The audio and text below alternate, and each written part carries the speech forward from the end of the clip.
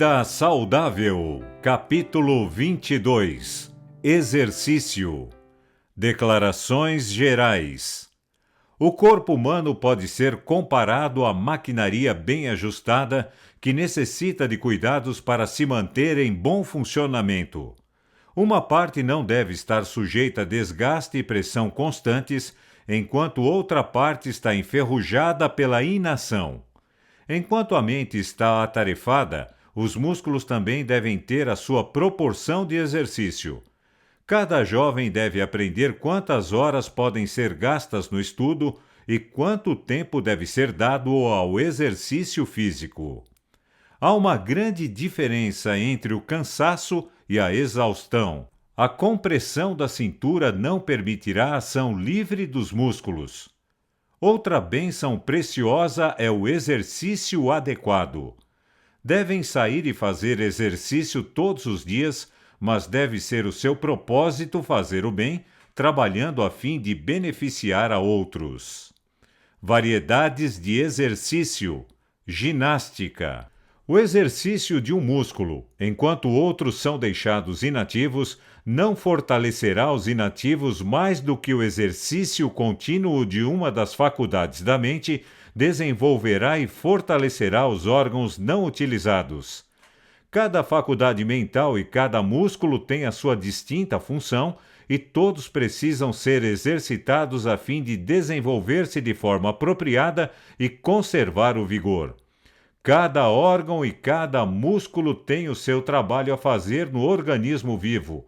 Cada roda do sistema deve ser uma roda viva, ativa e trabalhadora. As belas e maravilhosas obras da natureza precisam ser conservadas em movimento ativo a fim de realizar o trabalho para o qual foram designadas. Cada faculdade tem uma relação sobre as outras e todas precisam ser exercitadas para desenvolver-se de modo apropriado. Se um músculo do corpo for mais exercitado do que outro, o que foi exercitado ficará muito maior e destruirá a harmonia e beleza do desenvolvimento do organismo.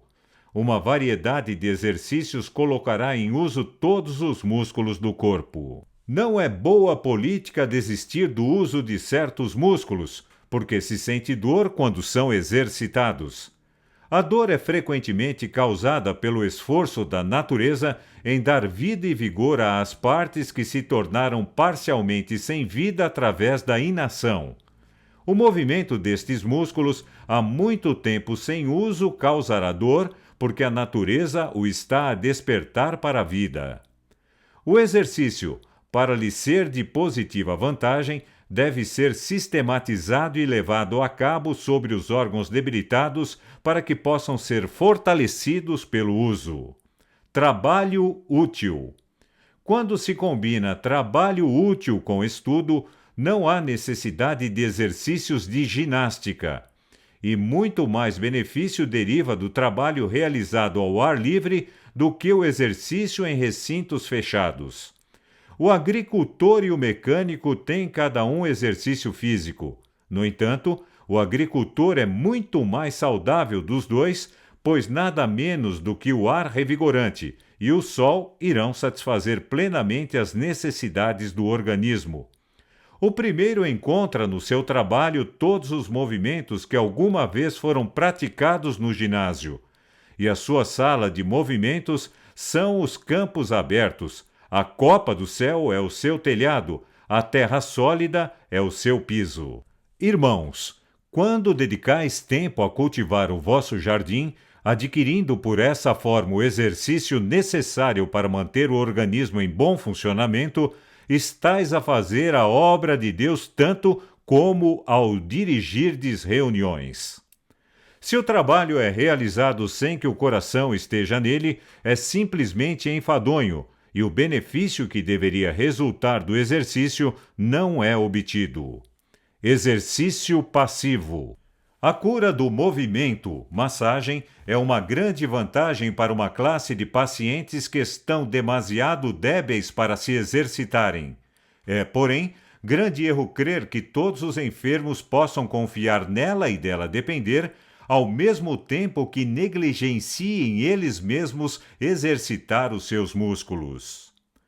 Muitos que dependem da cura do movimento, massagem, poderiam fazer mais por si próprios através de exercício muscular do que os movimentos, massagem, poderiam fazer por eles.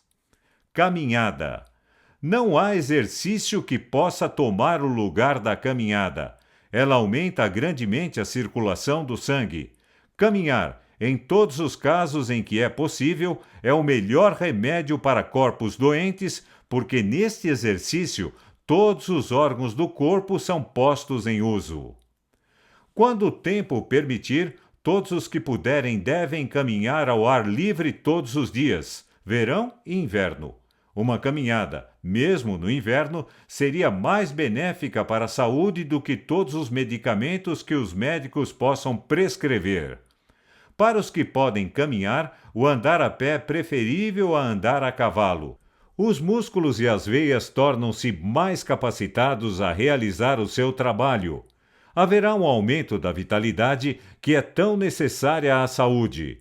Os pulmões realizarão a atividade indispensável, pois é impossível sair ao ar revigorante de uma manhã de inverno sem encher os pulmões. Não há exercício que se revele tão benéfico para cada parte do corpo como andar a pé. Caminhar ativamente ao ar livre fará mais pelas mulheres para as preservar com saúde se estiverem bem do que qualquer outro meio. A caminhada é também um dos remédios mais eficazes para a recuperação da saúde dos inválidos. As mãos e os braços são exercitados assim como os membros. Quando fazer exercício? O exercício ajudará no trabalho da digestão. Andar depois de uma refeição, mantendo a cabeça erguida, colocando os ombros para trás e exercitando-se moderadamente será um grande benefício. A mente será desviada de si própria para as belezas da natureza. Quanto menos a atenção for chamada para o estômago após uma refeição, tanto melhor. Exercícios matinais, como caminhar ao revigorante ar da manhã ou cultivo de flores, pequenos frutos, vegetais e etc., são necessários para uma saudável circulação do sangue. É a mais segura salvaguarda contra resfriados, tosse, congestão do cérebro e dos pulmões, inflamação do fígado, rins, pulmões e uma centena de outras enfermidades. Uma grande classe de mulheres contenta-se em pairar sobre o fogão, respirando ar impuro durante metade ou 3/4 do tempo, até que o cérebro fique congestionado e semi-entorpecido. Devem sair ao ar livre e fazer exercício todos os dias, mesmo que algumas coisas dentro de casa tenham de ser negligenciadas. Precisam do ar fresco para acalmar o seu cérebro afetado. Nem o estudo nem o exercício violento devem ser feitos imediatamente após uma refeição completa. Isso seria uma violação das leis do organismo. Logo após a refeição, há um grande consumo de energia nervosa. A força do cérebro é chamada ao exercício ativo a fim de auxiliar o estômago. Portanto, quando a mente ou o corpo são sobrecarregados depois de comer, o processo de digestão é dificultado. A vitalidade do organismo, necessária ao desempenho do trabalho numa direção, é desviada e posta a atuar noutra direção. Benefícios derivados do exercício.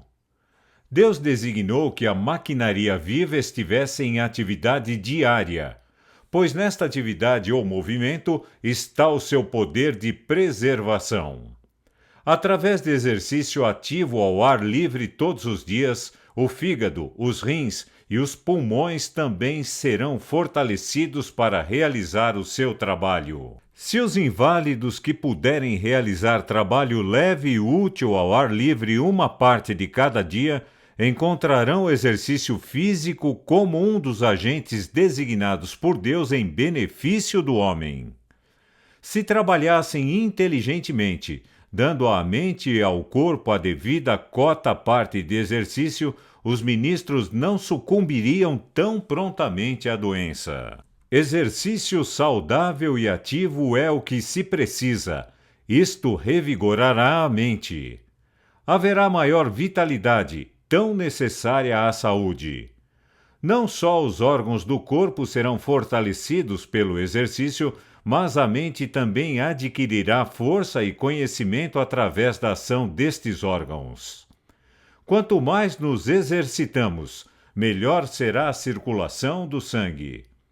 Se o exercício físico fosse combinado com o esforço mental, o sangue seria estimulado na circulação, mais perfeito seria o trabalho do coração e eliminadas as toxinas, experimentando-se nova vida e vigor em cada parte do corpo.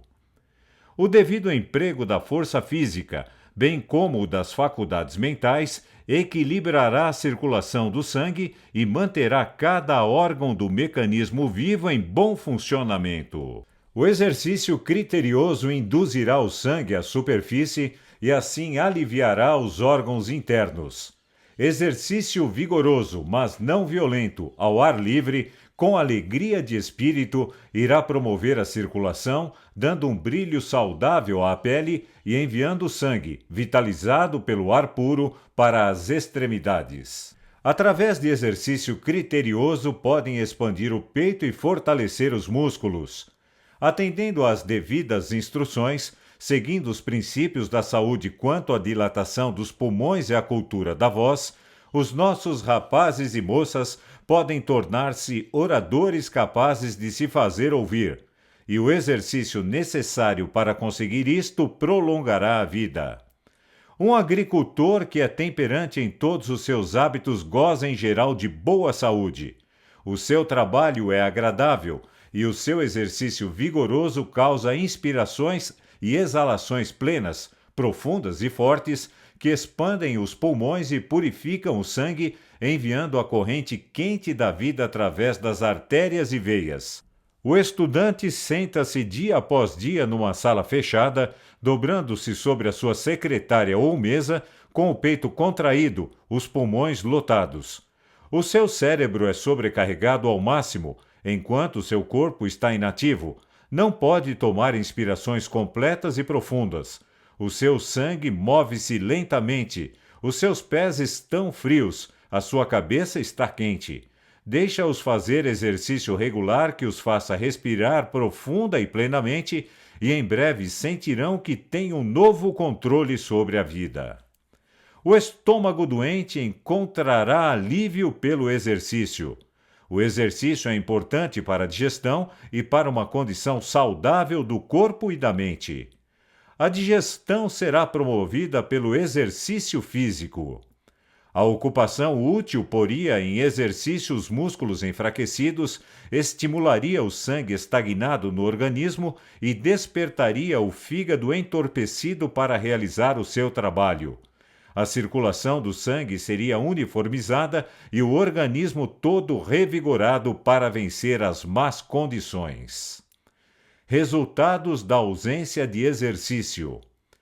Eu frequentemente volto de junto do leito desses inválidos voluntários, dizendo de mim para mim, morrendo aos poucos, morrendo por indolência, enfermidade que ninguém pode curar a não ser a própria pessoa. Negligenciar o exercício de todo o corpo ou de uma parte dele causará estados doentios. O saudável rubor desaparece-lhes das faces e tornam-se vítimas da enfermidade, pois têm falta de exercício físico e pervertem os seus hábitos em geral. Tudo isto para prestar obediência à moda. Desfrutam uma vida delicada, que consiste em debilidade e decadência. A inatividade contínua é uma das maiores causas da debilidade do corpo e da fraqueza da mente. A inação de qualquer um dos órgãos do corpo será seguida de diminuição do tamanho e da força dos músculos e fará com que o sangue flua lentamente através dos vasos sanguíneos. Em que contraste com os hábitos do agricultor ativo estão os do aluno que negligencia o exercício físico. O seu sangue move-se vagarosamente, os seus pés estão frios, a sua cabeça quente. Como pode tal pessoa ter saúde? O hábito premeditado de impedir o ar e evitar o exercício fecha os poros, os pequenos orifícios através dos quais o corpo respira, tornando-lhe impossível lançar fora as impurezas através desses condutos. A sobrecarga de trabalho é lançada sobre o fígado, os pulmões, os rins e etc. E estes órgãos internos são obrigados a fazer o trabalho da pele. O sangue não está habilitado a expelir as impurezas como seria se a circulação ativa fosse produzida pelo exercício. Em alguns casos, a falta de exercício faz com que os músculos do intestino se enfraqueçam e encolham, e estes órgãos que se tornaram enfraquecidos por falta de uso serão fortalecidos pelo exercício. O exercício moderado todos os dias dará força aos músculos que, sem exercício, se tornam flácidos e enfraquecidos. Se os inválidos desejam recobrar a saúde, não devem deixar de fazer exercício físico, pois, do contrário, aumentarão a fraqueza muscular e a debilidade geral. Atem um braço e deixem-no permanecer sem uso, mesmo que seja por poucas semanas. Depois, soltem-no das suas ligaduras e notarão que se acha mais fraco do que o que mantiveram em uso moderado durante o mesmo período. A inatividade produz o mesmo efeito sobre todo o sistema muscular.